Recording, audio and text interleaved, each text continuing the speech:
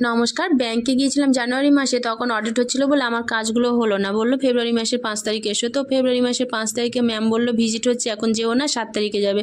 তো আজকে 7 তারিখ সকালবেলা রান্নাবান্না সেরে 9:30টার সময় বেরিয়ে পড়লাম ব্যাংকের উদ্দেশ্যে। তো ব্যাংকে কাজকর্ম সারলাম, নতুন বই করলাম, আর এটিএম কার্ডটা এক্সপায়ার করেছে, সেই জন্য এটিএমটা ব্লক করে নতুন এটিএম করলাম। তারপর ওখান থেকে গেলাম ভাঙড়ে। কদিন ধরে মিস্ত্রি বলছিল মন্দিরের চূড়ার উপরে কি ঘট বসাবে সেটা নিয়ে আসো। তার দোকানদার দেখাচ্ছিল 3টে ঘট পরপর সাজিয়ে তারপরে ত্রিশূল বললো এটা সেটিং হবে। আর তারপরে একটা দেখাচ্ছিল সেটিং করা, তার উপরে ওং লেখা। তো ওকে হোয়াটসঅ্যাপে পাঠালাম যে কেমন, কোনটা ভালো লাগছে। তো ও বললো এই সেটিং করা এটাই ভালো লাগছে।